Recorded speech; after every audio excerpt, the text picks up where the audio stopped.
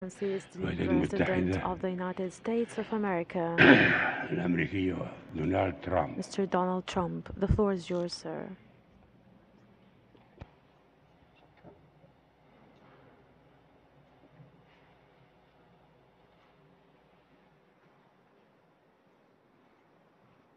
Thank you. I would like to thank King Solomon for his extraordinary words and the magnificent kingdom of Saudi Arabia for hosting today's summit. I am honored to be received by such gracious hosts. I have always heard about the splendor of your country and the kindness of your citizens, but words do not do justice to the grandeur of this remarkable place and the incredible hospitality you have shown us from the moment we arrived. You also hosted me in the treasured home of King Abdul Aziz, the founder of the kingdom, who united your great people. Working alongside of another beloved leader, American President Franklin Roosevelt, King Abdul Aziz began the enduring partnership between our two countries. King Solomon, your father would be very, very proud to see that you are continuing his legacy. And just as he opened the first chapter of our partnership, today we begin a new chapter that will bring lasting benefits to all of our citizens. Let me now also extend my deep and heartfelt gratitude to each and every one of the distinguished heads of state who made this journey here today. You greatly honor us with your presence, and I send the warmest regards from my country to yours. Thank you. I know that our time together will bring many blessings to both your people and to mine. I stand before you as a representative of the American people to deliver a message of friendship and hope and love. That is why I chose to make my first foreign visit a trip to the heart of the Muslim world, to the nation that serves as custodian of the two holiest sites in the Islamic faith. In my inaugural address to the American people, I pledge to strengthen America's oldest friendships and to build new partnerships in pursuit of peace. I also promise that America will not seek to impose our way of life on others, but to outstretch our hands in the spirit of cooperation and trust. Our vision is one of peace, security, and prosperity in this region and all throughout the world. Our goal is a coalition of nations who share the aim of stamping out extremism and providing our children a hopeful future that does honor to God. And so this historic and unprecedented gathering of leaders, unique in the history of nations, is a symbol to the world of our shared resolve in our military that will protect the safety of our people and enhance the security of our wonderful friends and allies, many of whom are here today. Bonds of friendship, security, culture, and commerce. For Americans, this is a very exciting time. A new spirit of optimism is sweeping our country. In just a few months, we have created almost 1 million new jobs, added over $3 trillion in new value, lifted the burdens on American industry, and made record investments in our military that will protect the safety of our people and enhance the security of our wonderful friends and allies, many of whom are here today. Now, there is even more blessed news that I am pleased to share with you. My meetings with King Solomon, the Crown Prince, and the Deputy Crown Prince have been filled with great warmth, goodwill, and tremendous cooperation. Yesterday, we signed historic agreements with the Kingdom that will invest almost $400 billion in our two countries and create many hundreds of thousands of jobs in America and Saudi Arabia. This landmark agreement includes the announcement of a $110 billion Saudi-funded defense purchase, and we will be sure to help our Saudi friends to get a good deal from our great American defense companies, the greatest anywhere in the world. This agreement will help the Saudi military to take a far greater role in security and operations having to do with security.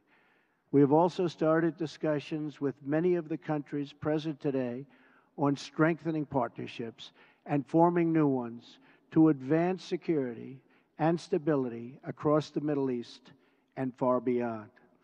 Later today, we will make history again with the opening of the new Global Center for Combating Extremist Ideology, located right here in this central part of the Islamic world.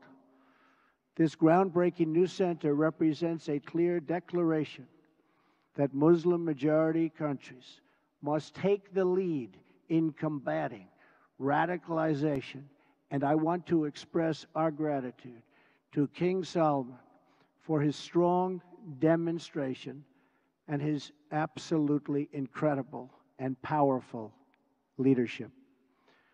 I have had the pleasure of welcoming several of the leaders present today to the White House, and I look forward to working with all of you. America is a sovereign nation, and our first priority is always the safety and security of our citizens. We are not here to lecture. We are not here to tell other people how to live, what to do, who to be, or how to worship.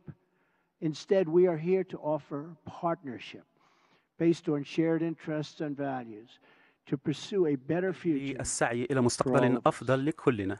Here at this summit, فهنا في هذه we will القمة discuss سوف many نناقش interests that we المصالح share كثيرة together. But above all, we must be united in pursuing the one goal that transcends every other consideration. That goal is to meet history's great test, to conquer extremism and vanquish the forces that terrorism brings with it every single time. Young Muslim boys and girls should be able to grow up free from fear, safe from violence, and innocent of hatred. When young Muslim men and women should have the chance to build a new era of prosperity for themselves, it has to be done, and we have to let them do it. With God's help, this summit will mark the beginning of the end for those who practice terror and spread its vile creed. At the same time, we pray this special gathering may someday be remembered as the beginning of peace in the Middle East, and maybe even all over the world. But this future can only be achieved through defeating terrorism and the ideology that drives it. Few nations have been spared the violent reach of terrorism. America has suffered repeated barbaric attacks, from the atrocities of September 11th to the devastation of the Boston bombings, to the horrible killings in San Bernardino and Orlando. The nations of Europe have also endured unspeakable horror. So too have the nations of Africa and South America. India, Russia, China, and Australia have all been victims. But in sheer numbers, the deadliest toll has been exacted on the innocent people of Arab, Muslim, and Middle Eastern nations. They have borne the brunt of the killings and the worst of the destruction in this wave of fanatical violence. Some estimates hold that more than 95% of the victims of terrorism are themselves Muslim. We now face a humanitarian and security disaster in this region that is spreading across the planet. It is a tragedy of epic proportions. No description of the suffering and depravity can begin to capture its full measure. The true control of ISIS, if you look at what's happening, Al-Qaeda, Hezbollah, Hamas, and so many others, must be counted not only in the number of dead, it also must be counted in generations of vanished dreams. The Middle East is rich with natural beauty, vibrant cultures, and massive amounts of historic treasures. It should increasingly become one of the great global centers of commerce and opportunity. This region should not be a place from which refugees flee, but to which newcomers flock. Saudi Arabia is home to the holiest sites in one of the world's great faiths. Each year, millions of Muslims come from around the world to Saudi Arabia to take part in the Hajj. In addition to ancient wonders, this country is also home to modern ones, including soaring achievements in architecture. Egypt was a thriving center of learning and achievement thousands of years before other parts of the world. The wonders of Giza, Luxor, and Alexandria are proud monuments to that ancient heritage. All over the world, people dream of walking through the ruins of Petra in Jordan. Iraq was the cradle of civilization and is a land of natural beauty. And the United Arab Emirates has reached incredible heights with glass and steel and turned earth and water into spectacular works of art. The entire region is at the center of the key shipping lanes of the Suez Canal, the Red Sea, and the Straits of Hormuz. The potential of this region has never, ever been greater. 65% of its population is under the age of 30. Like all young men and women, they seek great futures to build, great national projects to join, and a place for their families to call home.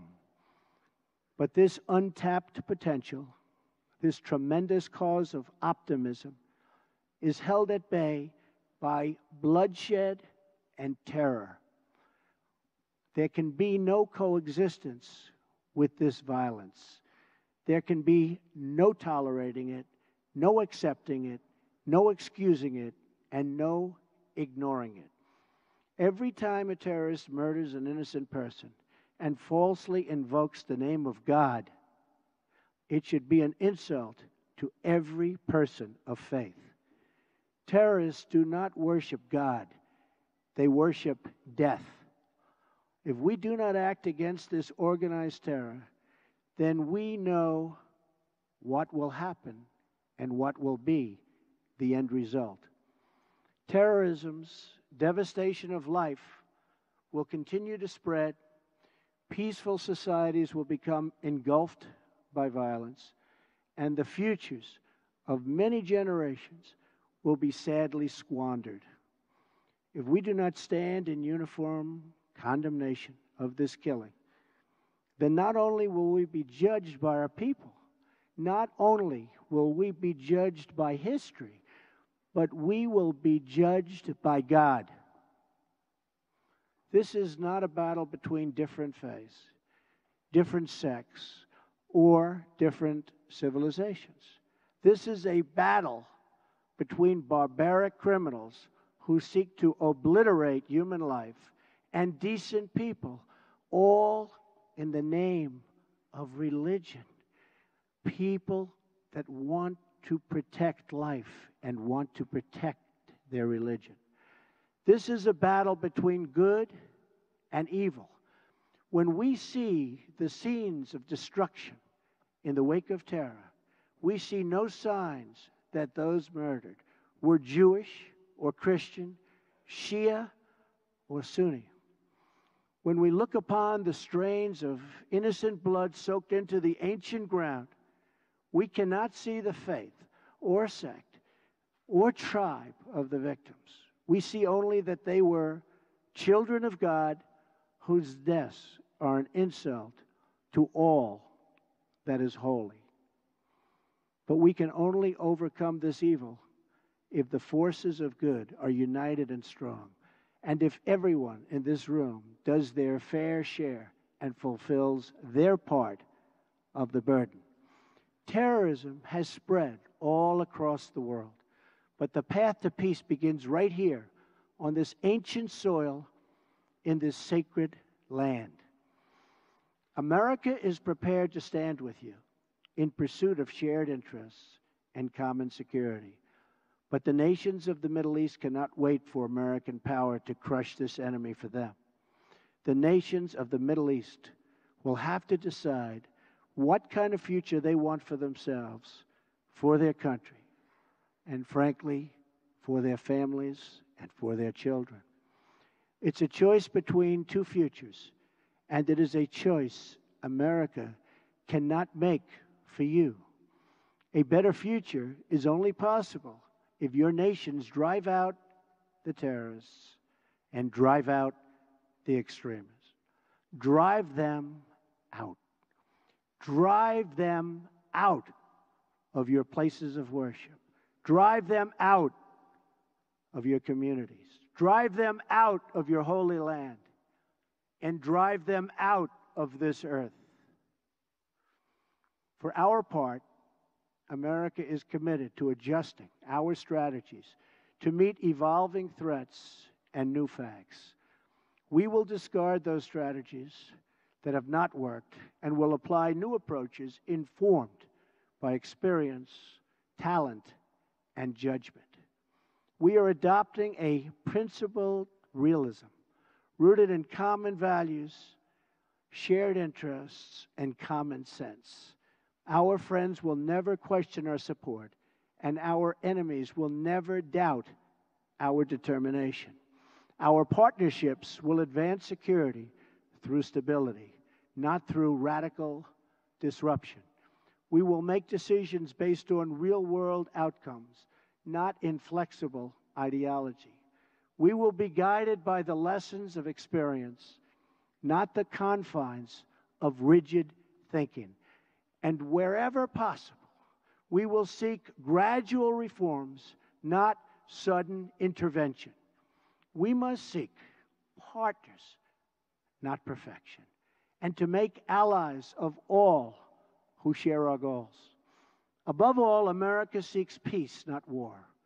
Muslim nations must be willing to take on the burden if we are going to defeat terrorism and send its wicked ideology into oblivion. The first task in this joint effort is for your nations to deny all territory to the foot soldiers of evil. Every country in the region has an absolute duty to ensure that terrorists find no sanctuary on their soil. Many are already making significant contributions to regional security. Jordanian pilots are crucial partners against ISIS in Syria and Iraq. Saudi Arabia and a regional coalition have taken strong action against Houthi militants in Yemen. The Lebanese army is hunting ISIS operatives who try to infiltrate their territory. Emirati troops are supporting our Afghan partners and supporting them strongly. In Mosul, American troops are supporting Kurds, Sunnis, and Shias fighting together for their homeland. Qatar, which hosts the U.S. Central Command, is a crucial strategic partner. Our long-standing partnership with Kuwait and Bahrain continue to enhance security in the region. Our courageous Afghan soldiers are making tremendous sacrifices in the fight against the Taliban and others in the fight for their country.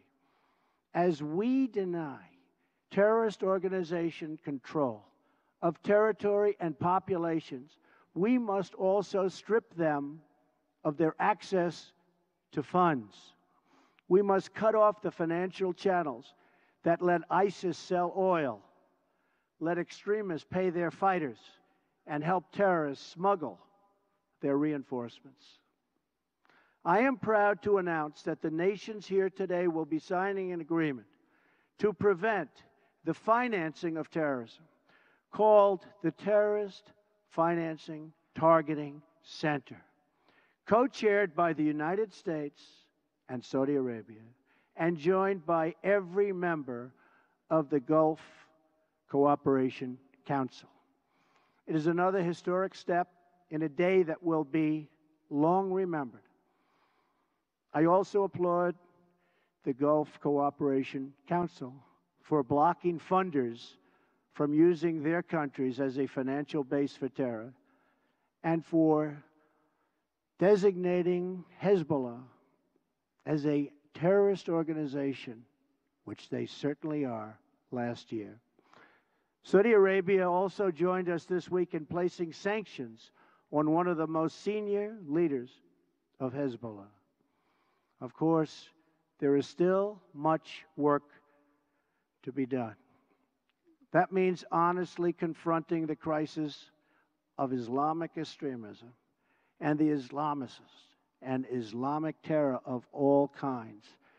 We must stop what they're doing to inspire, because they do nothing to inspire but kill. And we are having a very profound effect if you look at what's happened recently. And it means standing together against the murder of innocent Muslims, the oppression of women, the persecution of Jews, and the slaughter of Christians. Religious leaders must make this absolutely clear. Barbarism will deliver you no glory. Piety to evil will bring you no dignity. If you choose the path of terror, your life will be empty, your life will be brief, and your soul will be fully condemned. And political leaders must speak out to affirm the same idea. Heroes don't kill innocents, they save them. Many nations here today have taken important steps to raise up that message. Saudi Arabia's vision for 2030 is an important and encouraging statement of tolerance, respect, empowering women, and economic development. The United Arab Emirates has also engaged in the battle for the hearts and souls, and with the United States launched a center to counter the online spread of hate. Bahrain, too, is working to undermine recruitment and radicalism. I also applaud Jordan, Turkey, and Lebanon for their role in hosting refugees. The surge of migrants and refugees living so poorly that they're forced to leave the Middle East depletes the human capital needed to build stable societies and economies. Instead of depriving this region of so much human potential, Middle Eastern countries can give young people hope for a brighter future in their home nations and regions. That means promoting the aspirations and dreams of all citizens who seek a better life, including women, children, and the followers of all faiths. Numerous Arab and Islamic scholars have eloquently argued that protecting equality strengthens Arab and Muslim communities. For many centuries, the Middle East has been home to Christians, Muslims, and Jews living side by side. We must practice tolerance and respect for each other once again and make this region a place where every man and woman, no matter their faith or ethnicity, can enjoy a life of dignity and hope. In that spirit, after concluding my visit in a fabulous place that we're at today, Riyadh, which I've gotten to know so well in so short a time, I will travel to Jerusalem and Bethlehem and then to the Vatican, visiting many of the holiest places in the three Abrahamic faiths. If these three faiths can join together in cooperation, then peace in this world is possible, including peace between Israelis and Palestinians. I will be meeting with both Israeli Prime Minister Benjamin Netanyahu and Palestinian President Abbas. Starving terrorists of their territory, of their funding, and the false allure of the craven ideology will be the basis for easily defeating them. But no discussion of stamping out this threat would be complete without mentioning the government that gives terrorists all three: safe harbor, financial backing, and the social standing needed for recruitment. It is a regime that is responsible for so much instability in that region. I am speaking, of course, of Iran. From Lebanon to Iraq to Yemen, Iran funds arms and trains terrorists, militias, and other extremist groups that spread destruction and chaos across the region. For decades, Iran has fueled the fires of sectarian conflict and terror. It is a government that speaks openly of mass murder, vowing the destruction of Israel, death to America, and ruin for many leaders and nations in this very room. Among Iran's most tragic and destabilizing interventions, you've seen it in Syria. Bolstered by Iran, Assad has committed unspeakable crimes, and the United States has taken firm action in response to the use of banned chemical weapons by the Assad regime, launching 59 missiles at the Syrian airbase from where that murderous attack originated. Responsible nations must work together to end the humanitarian crisis in Syria, eradicate ISIS, and restore stability to the region, and as quickly as possible. The Iranian regime's longest suffering victims are its own people. Iran has a rich history and culture, but the people of Iran have endured hardship and despair under their leaders' reckless pursuit of conflict and terror. Until the Iranian regime is willing to be a partner for peace, all nations of conscience must work together to isolate Iran, deny it. Funding for terrorism cannot do it. And pray for the day when the Iranian people have the just and righteous government they so richly deserve. The decisions we make will affect countless lives. King Solomon I thank you for the creation of this great moment in history and for your massive investments in America and its industries and its jobs. I also thank you for investing in the future of this part of the world. The fertile region, and it is so fertile, has all of the ingredients for extraordinary success. A rich history and culture, a young and vibrant people, a thriving spirit of enterprise. But you can only unlock this future if the citizens of the Middle East are freed from extremism, terror, and violence. We in this room are the leaders of our peoples. They look to us for answers and for action. And when we look back at their faces, behind every pair of eyes is a soul that yearns for justice and yearns for peace. Today, billions of faces are now looking at us, waiting for us to act on the great question of our time.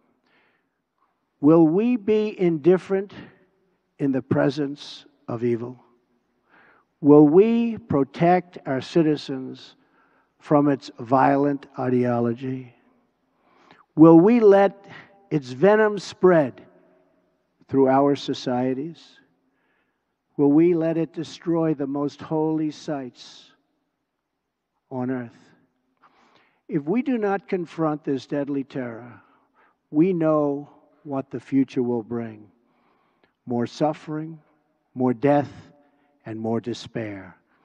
But if we act, if we leave this magnificent room unified and determined to do what it takes to destroy the terror that threatens the world, then there is no limit to the great future our citizens will have.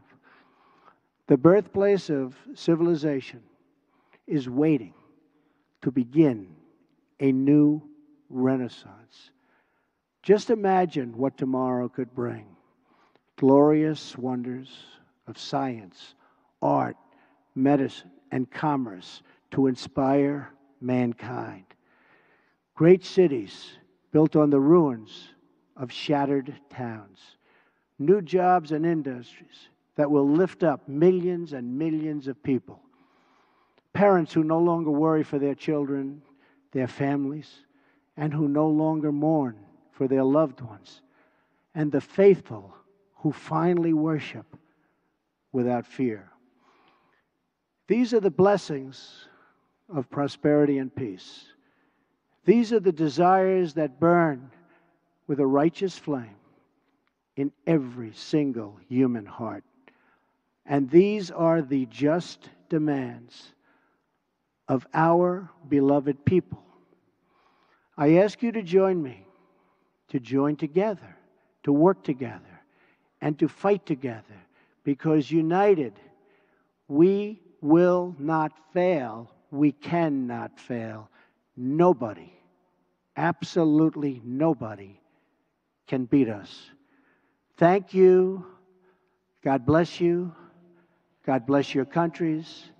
And God bless the United States of America. Thank you very much. Thank you.